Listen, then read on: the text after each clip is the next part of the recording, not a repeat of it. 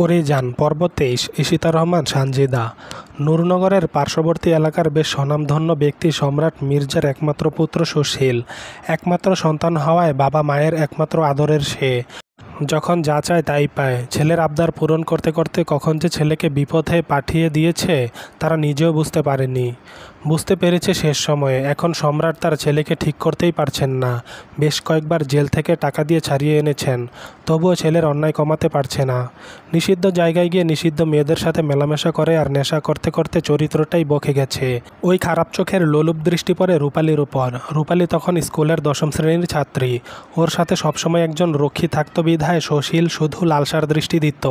বারবার চেষ্টা করে রূপালীর ধারের কাছে সে ঘেঁষতেও পারে না। এতে দিন দিন আরও ক্ষিপ্ত হয় সুশীল। সবসময় হিংস্র বাঘের মতো ওত পেতে থাকত, কিন্তু সে তার শিকারকে ঘায়েল করতে পারত না। তবে একদিন সে সুযোগ এসেই গেল। সেদিন ছিল জমিদার বাড়িতে অনুষ্ঠান, অনেক মানুষের আনাগোনা। সন্ধ্যার পর জলসার আয়োজন করা হয়েছিল প্রাঙ্গণে।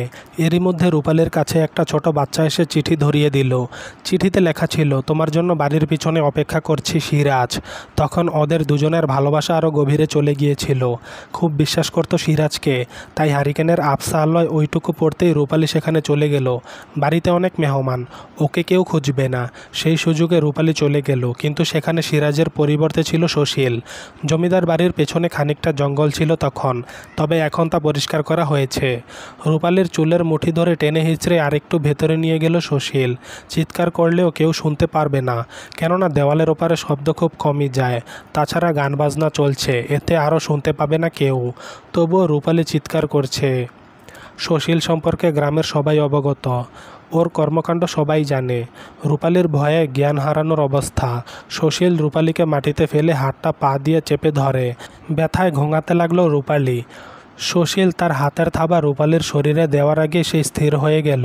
রূপালী খেয়াল করল তরল জাতীয় কিছু সুশীলের থেকে নির্গত হয়ে রূপালীর গলায় পড়ছে। হাত ভেজালো রূপালী সে তরলে। চন্দ্রের একটুখানি আলো গাছের ফাঁক দিয়ে এসে পড়ছে। রূপালী সেই আলোতে হাতটা এগিয়ে ধরতেই শিউরে ওঠে। ততক্ষণে সুশীলের দেহ মাটিতে পড়ে গেছে। রূপালী স্থির দেহের দিকে তাকালো, একটুও নড়ছে না। তার মানে মারা গেছে সুশীল। রূপালী মুখ ঘুরিয়ে তাকালো এবং পরীকে দেখে হতভম্ব হয়ে গেল। দা হাতে দাঁড়িয়ে পড়ি। চুয়ে চুয়ে রক্ত পড়ছে দা থেকে। সুশীলের চোখ দুটো এখনও খোলা। পরী দায়ের উল্টো পিঠ দিয়ে চোখ দুটো বন্ধ করে দিয়ে বলে, রূপালীর দিকে নজর দিয়েছিস, কিন্তু এই পরীর দিকে তোর মৃত চোখ দুটো নজর দিতে পারবে না। ওড়নার বাঁধন খুলে পরী নিজের মুখটা বের করে। এই মুহূর্তে ভয় পেল না পরী। নিজের করা প্রথম হত্যা, তবুও পরী ভয় পেল না। দ্রুত রূপালীকে ধরে ওঠায়। রূপালী তখনও কাঁপছে। পরী জিজ্ঞেস করে, তুমি ঠিক আছো আপা? পরী, তুই খুন করলি? মরে গেছে সত্যি সত্যি। একটু অবাক হলো পরী, কারণ সে ভাবে জখম করতে চেয়েছিল, কিন্তু পরী ধারণা চাইতে কোপটা একটু জোরে হয়ে গেছে। রূপালী পরীর হাত ধরে ঝাঁকিয়ে বলে, কি করলি পরী? এখন কি হবে? তো কি করব, না হলে ওই শয়তানটা তোমার সর্বনাশ করতো যে। রূপালীর ভয় আরও বাড়ল। সে বলল, সবাই জানলে কি হবে পরী? তোকে পুলিশ ধরবে যে। এটা তুই কি করলি পরী? রূপালী কাঁদতে লাগলো। সুশীলের শরীর দেখে ভয় পেতেও লাগলো। এত জোরেই আঘাত করেছে পরী যে মাথার অর্ধেক কেটে গেছে। রাতের বেলা ঠিকমতো দেখা যাচ্ছে না। দিন হলে রূপালী নির্ঘাত জ্ঞান হারাতো। পরী রূপালীর হাত ধরে টেনে নিয়ে যেতে লাগলো আর বলতে লাগলো, এত বোকা তুমি কি করে হও? ওই কাগজের লেখাটা সিরাজ ভাই লেখেনি, হাতের লেখা বোঝনি তুমি? আর সিরাজ ভাই এমন লোক না যে তোমাকে ওই জঙ্গলের মধ্যে ডাকবে। রূপালী দাঁড়ালো। সত্যি তো, সিরাজ তো কখনোই এখানে আসতে বলতো না। হারিকেনের আলোয় হাতের লেখা ঠিক খেয়াল করেনি রূপালী। তাহলে কি সুশীল নিজেই চিঠি পাঠিয়েছিল? রূপালী আবার চমকালো, বলল, পরী, সুশীল কিভাবে জানলো আমার আর সিরাজের সম্পর্কের কথা? আমি তো সব লুকিয়ে গেছি। এখন কথা বলার সময় নয়, আগে ঘরে যাই, তারপর সব কথা হবে। মেহমান থাকার কারণে ওরা গাছ বেয়ে ছাদে উঠল। তারপর দুজনেই পরীর ঘরে গেল।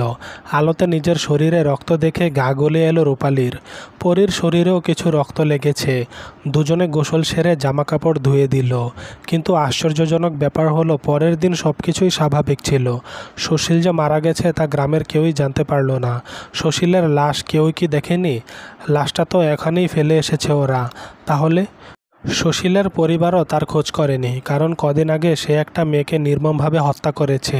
সেজন্য পুলিশ তাকে খুঁজছে।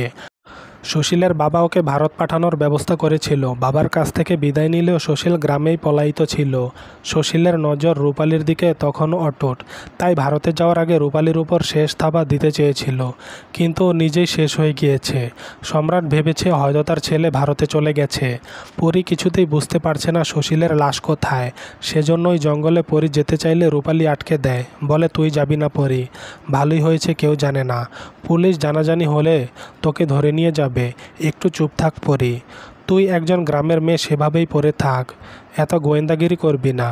দেখ আম্মা কিন্তু তোর বড় মেয়েকে হারিয়েছে, এখন আমাদের হারালে আম্মার কি অবস্থা হবে ভেবেছিস কখনো? এত সাহসী হওয়া ভালো না পরী। বোনের কথায় মনক্ষুণ্ণ হলো পরীর।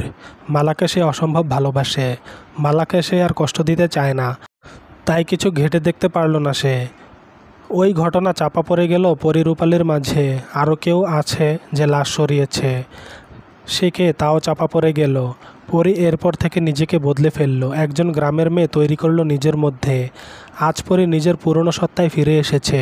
সেদিন খুন ইচ্ছে করে করেনি পরী, চেয়েছিল সামান্য আঘাত করতে, কিন্তু সেটা খুন হয়ে গেল। আজ পরীর সত্যিই খুন করতে ইচ্ছা করছে। বিন্দুকে যারা মেরেছে তাদের আরও নির্মমভাবে খুন করতে চাইছে পরী। সিরাজের কথা বাদ দিয়ে পরী সুশীলকে খুন করার কাহিনী সবই বলে দিল। আফতাব মাথায় হাত দিয়ে বসে পড়ল, আর মালা মুখে হাত চেপে কাঁদতে লাগলো। এ কেমন মেয়ে জন্ম দিয়েছেন তারা, যে মানুষ মারতেও দ্বিধাবোধ করে না। আর পাঁচকান হলে তো বিপদ। রূপালী নিজ কক্ষের দরজায় বসে সব শুনেছে, সেও কাঁদছে। পরীকে বারণ করা সত্ত্বেও সে বলে দিয়েছে। শুধু কুসুমই ছিল সেখানে উপস্থিত। পরী খুন করেছে শুনে সেও ঘাবড়ে গেছে। এত সুন্দর কোমল মেয়েটা যে মানুষ খুন করতে পারে তা জানা ছিল না কুসুমের। সে ভয়ে চুপ করে আছে। আফতাব বলে উঠল, এই কথা যেন আর কেউ না জানতে পারে। আর পরী, তোমার এখন থেকে ঘর থেকে বের হওয়াই বন্ধ। তোমার সব কিছুই ঘরে পাঠিয়ে দেওয়া হবে। মালা, নিজের মেয়েকে তুমি সামলাও, না হলে খারাপ হয়ে যাবে কিন্তু।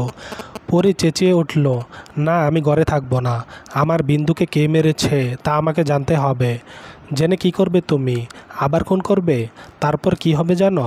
বাইরের জগৎ ঘরে বসে দেখা যায় না। আমার সম্মান নষ্ট করবে না। মালা, মেয়েকে কাছে রাখতে চাইলে আটকে রাখো। আফতাব অন্দর থেকে বেরিয়ে গেল। পরী আরও চেঁচিয়ে বলে উঠল, সে ঘরবন্দি হবে না। বিন্দুর খুনিকে সে নিজে খুঁজবে। মালা পরীর হাত ধরে দোতলার ঘরে নিয়ে যেতে লাগলো। পরী বলল, আম্মা, হাত ছাড়েন আমার।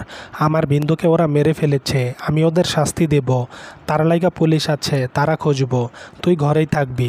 পরীকে আর বলতে না দিয়ে ওকে ঘরে আটকে রাখেন মালা। পরী মেঝেতে বসেই কাঁদতে লাগলো। সাথে বিন্দুর সাথে কাটানোর মুহূর্ত মনে করলো। কতই না আনন্দের ছিল সময়টা, আর আজ সেই বিন্দুটাই নেই। এই ক্ষতটা পরীর সারা জীবন মনে থাকবে। এরই মধ্যে পরীর জন্য অনেকগুলো সম্বন্ধ এসে পড়েছে। কোথায় শোক, কোথায় কি। পরীর বিয়ের আলোচনা চলছে এখন। আফতাব এখন নিজেও চায় এই মেয়ে বিদায় হোক। এই মেয়ে ঘরে থাকলে ওনাকে নির্ঘাত থানা পুলিশ দৌড়াতে হবে, সম্মান নিয়ে টানাটানি হবে। এর চেয়ে বিয়ে দিয়ে দেওয়াটাই হবে উত্তম কাজ। এসব ঘটনা দেখে নাইম নিজেই চমকে গেছে। একটু আগে কত কিছু ঘটে গেল। ঘরের বাইরে শোক পালন করে এসে ঘরের ভিতরে বিয়ের আলাপ করছে। সত্যি এই জমিদার বাড়ি আর লোকজন অদ্ভুত। তবে গ্রামের মানুষ এরকমই হয়ে থাকে। নাইমের সবচেয়ে বেশি খারাপ লাগছে পরীকে দেখতে না পারার কারণে। রাতে সে যা ভেবেছিল তার উল্টো হয়েছে। রূপালীর প্রসব বেদনার কারণেই নাইম ভেতরে ঢুকতে পারেনি। তখন অনেক মানুষ ছিল। নাইম ধরা পড়ে যেত, তবুও হাল ছাড়েনি সে। জেগেছিল সারা রাত, যদি একটু সুযোগ সে পায়। তাও পায়নি নাইম, তাই গাঢ় ঘুমে বিভোর ছিল সকালে। যখন ঘুম ভাঙল সব শুনে দৌড়ে গেল, কিন্তু ততক্ষণে দেরি হয়ে গেছে। পরীকে সে দেখতে পারল না। নিজের ঘরে নাইম মনমরা হয়ে বসে আছে। নিজের প্রতি নিজেই সে বিরক্ত। তখনই আসিফ এসে ঘরে ঢুকলো। নাইমকে উদ্দেশ্য করে বলল, নাইম, তুইও কি পরীকে দেখেছিস আজকে? নাইম নিচের দিকে তাকিয়েছিল। আসিফের কণ্ঠস্বর শুনে চমকে তাকালো, বলল, না। কেন বলতো, তোরা কি দেখেছিস? আসিফ ভীত কণ্ঠে বলল, আমি দেখিনি, তবে শেখর দেখেছে। নাইম চট করে দাঁড়িয়ে গেল, বলল, তুই আর শেখর তো একসাথে যাত্রা দেখতে গিয়েছিলি। হ্যাঁ, গিয়েছিলাম, কিন্তু শেষ প্রহরে শেখর শায়রের সাথে চলে এসেছিল, আমি আসিনি। যাত্রা দেখতে দেখতে ওখানেই ঘুমিয়ে পড়েছিলাম। নাইম কিছু বলল না। আসিফ একটু চুপ থেকে বলে উঠল, পরীর বিয়ে ঠিক হয়ে গেছে নাইম। জানি, সে তো আরও আগে ঠিক হয়েছে। না নাইম, এইমাত্র ঠিক হলো। জানতে চাইবি না কার সাথে পরীর বিয়ে? কার সাথে? শেখরের সাথে। সব ঠিকঠাক করে ফেলেছে শেখর। সামনের মাসে বিয়ে ঠিক করা হয়েছে। নাইমের মনে হলো কেউ তাকে হাতুড়ি দিয়ে আঘাত করলো। ক্ষত না হলেও ব্যথা অনুভব করছে নাইম।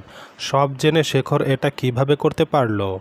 নাইম ঘর থেকে বের হতে নিলে আসিফ বলে, গিয়ে লাভ নেই। শেখর শহরে চলে গিয়েছে। সে আমাদের সাথে আর সম্পর্ক রাখবে না। নাইম এবার বেশ রেগে গেল। সে বাইরে বের হতে হতে বলল, ওর সাথে শেষ কথা তো আমাকে বলতেই হবে। চলবে। গল্পটি যদি ভালো লাগে অবশ্যই লাইক ও কমেন্ট করে মতামত জানাতে ভুলবেন না। নতুন সব বাংলা উপন্যাস ও গল্প পেতে আমাদের চ্যানেলটি সাবস্ক্রাইব করে পাশেই থাকবেন। ধন্যবাদ।